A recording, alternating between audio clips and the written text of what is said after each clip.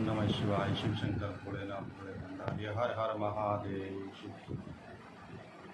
श्री शिवा नमस्ते। श्री शिवा नमस्ते। हर हर महादेव। शिव शंकर।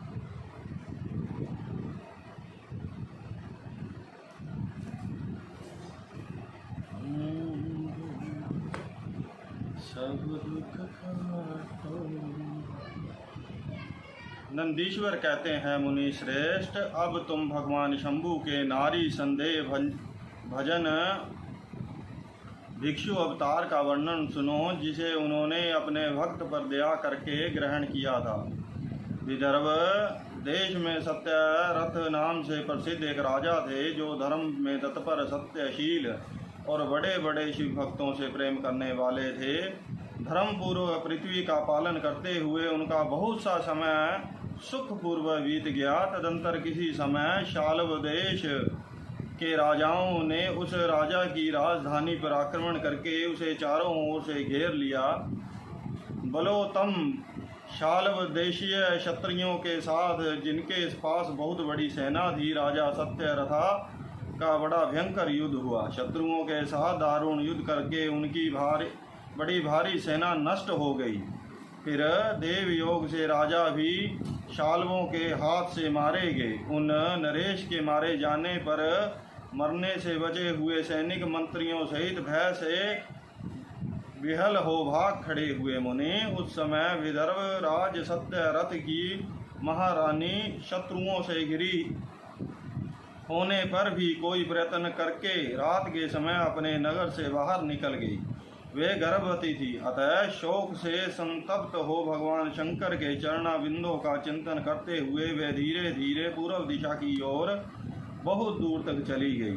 सवेरा होने पर रानी ने भगवान शिव की दया से एक निर्मल सरोवर देखा। उस समय तक वे बहुत दूर का रास्ता तय कर चुकी थी। सरोवर के तट पर आकर वे सुकुमारी रानी एक छायादार वृक्ष के नीचे बैठ गई। भाग्यवश उसी निर्जन स्थान में वृक्ष के नीचे ही रानी ने उत्तम गुणों से युक्त शुभ मुहूर्त में एक दिव्य बालक को जन्म दिया, जो सभी शुभ लक्षणों से संपन्न था। देववश उस बालक की जननी महारानी को बड़े जोर की प्यास लगी। तब वे पानी पीने के लिए उस सरोवर में उतरी। इतने में ही एक बड़े भारी ग्राहन ने आकर रानी को अपना ग्रास बना लिया। वह बालक पैदा होते ही माता पिता से हीन हो गया और भूख प्यास से पीड़ित हो उस बालक के किनारे उस तालाब के किनारे जोर जोर से रोने लगा। इतने में ही उस पर कृपा करके भगवान महेश्वर वहां आ गए और उस शिशु की रक्षा करने लगे। उन्हीं की प्रेरणा से एक ब्राह्मणी अकस्मात वहां आ गई। वह विधवा थी, घर घर भीख मांगकर जीवन निर्वाह करती थी और एक वर्ष के बालक को गोद में लिए हुए उस तालाब के तट पर पहुंची थी। उसने एक अनाथ शिशु को वहां क्रंद करते हुए देखा। निर्जन वन में उस बालक को देखकर ब्राह्मणी को बड़ा विस्मय हुआ और वह मन ही मन विचार करने लगी, अहो, यह मुझे इस समय बड़े आश्चर्य की बात दिखाई देती है कि यह नवजात शिशु, जिसकी नाल भी अभी तक नहीं कटी है, पृथ्वी पर पड़ा हुआ है। इसकी माँ भी नहीं है, पिता आदि दूसरे कोई सहायक भी यहाँ नहीं दिखाई देते। क्या कारण हो गया, न जाने यह किसका पुत्र है। इसे जानने वाला यहाँ कोई भी नहीं, जिससे इसके जन्म के विषय में पूछूं। इसे देखकर मेरे हृदय में करुणा उत्पन्न हो गई है। मैं इस बालक का अपने ओर से पुत्र की भांति पालन पोषण करना चाहती हूँ, परंतु इसके कुल और जन्म आदि का ज्ञान न होने के कारण।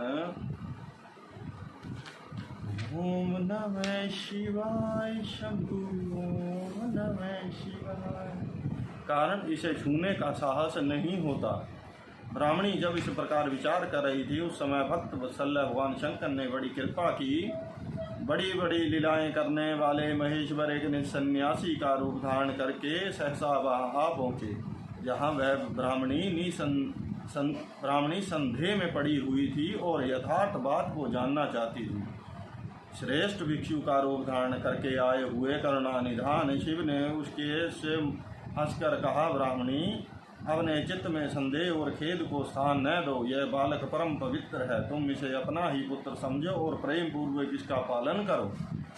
ब्राह्मणी बोली, प्रभु आप मेरे भाग्य से ही यहाँ पधारे हैं, इसमें संदेह नहीं कि मैं आपकी आज्ञा से इस बालक का अपने पुत्र की भांति पालन पोषण करूँगी। तथापि मैं विशेष रूप से यह जानना चाहती हूँ कि यह वास्तव में यह कौन है, किसका पुत्र है, आप कौन हैं जो इस समय यहाँ पधारे हैं। भिक्षु वर, मैंने मन में बार बार यह बात आती है कि आप करुणा सिंधु शिव ही हैं और यह बालक पूर्व जन्म में आपका भक्त रहा है।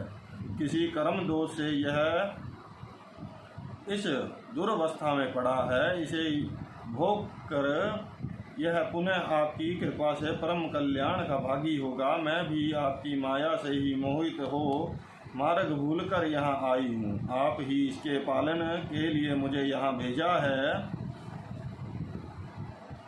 भिक्षु प्रभु शिव ने कहा, ब्राह्मणी सुनो, यह बालक शिव भगत विदर्भराज सत्यरथा का पुत्र है। सत्यरथ को शाल्व देशीय क्षत्रियों ने युद्ध में मार डाला है। उनकी पत्नी अत्यंत विग्रह हो रात में शीघ्रता पूर्वक अपने महल से बाहर भाग आई। उन्होंने यहाँ आकर इस बालक को जन्म दिया। सवेरा होने पर वे प्यास से पीड़ित हो सरोवर में उतरी। उसी समय देववशे ग्राहन ने आकर उन्हें अपना आहार बना लिया। ब्राह्मणी ने पूछा, भिक्षुदेव क्या कारण है कि इसे के पिता राजा सत्यरथ श्रेष्ठ भोगों के उपभोग के समय बीच में ही शाल्य देशीय शत्रुओं द्वारा मार डाले गए?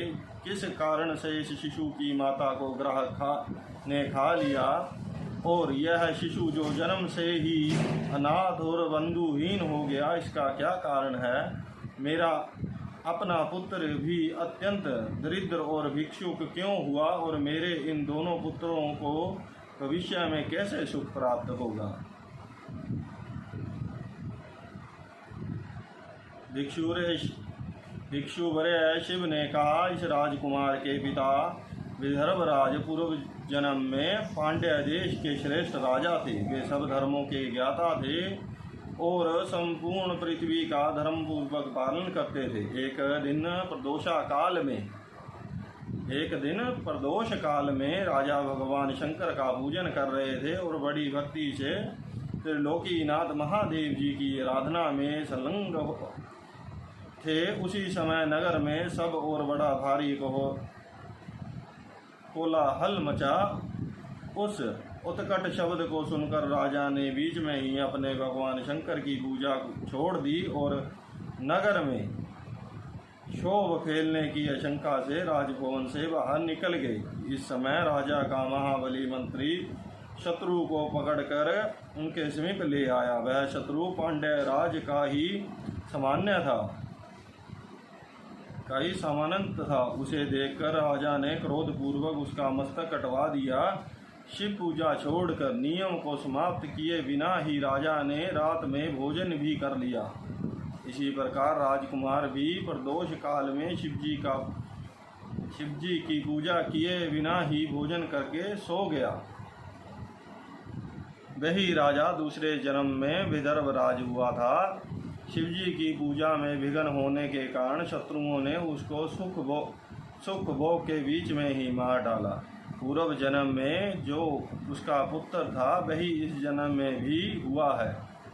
शिवजी की पूजा का उल्लंघन करने के कारण यह दरिद्रता को प्राप्त हुआ और इसकी माता ने पूर्व जन्म में छल से अपनी सौत को मार डाला था।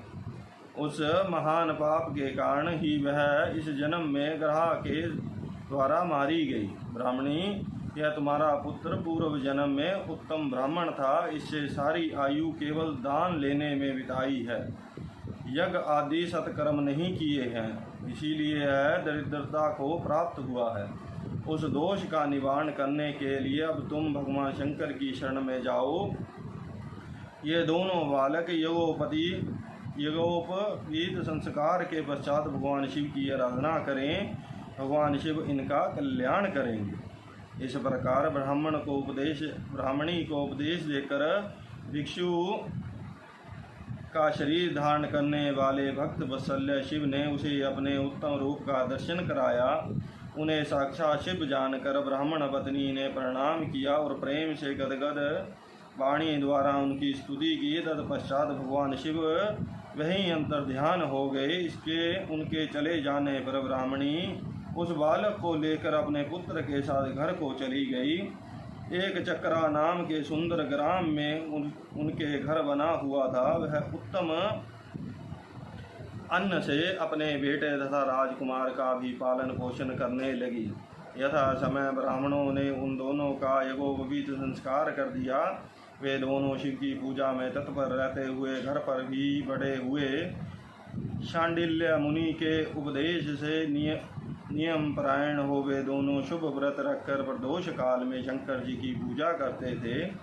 एक दिन द्विज कुमार राजकुमार को साथ लिए बिना ही नदी में स्नान करने के लिए गया। वहां उसे निधि से भरा हुआ एक सुंदर कलश मिल गया।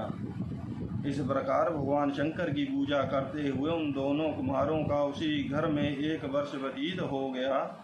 तदंतर एक दिन राजकुमार उस ब्राह्मण कुमार के साथ वन में गया। वहां अकस्मात एक गंधर्व कन्या आ गई। उसके पिता ने वह कन्या राजकुमार को दे दी। गंधर्व कन्या से विवाह करके राजकुमार निष्कंटक राज्य भोगने लगे।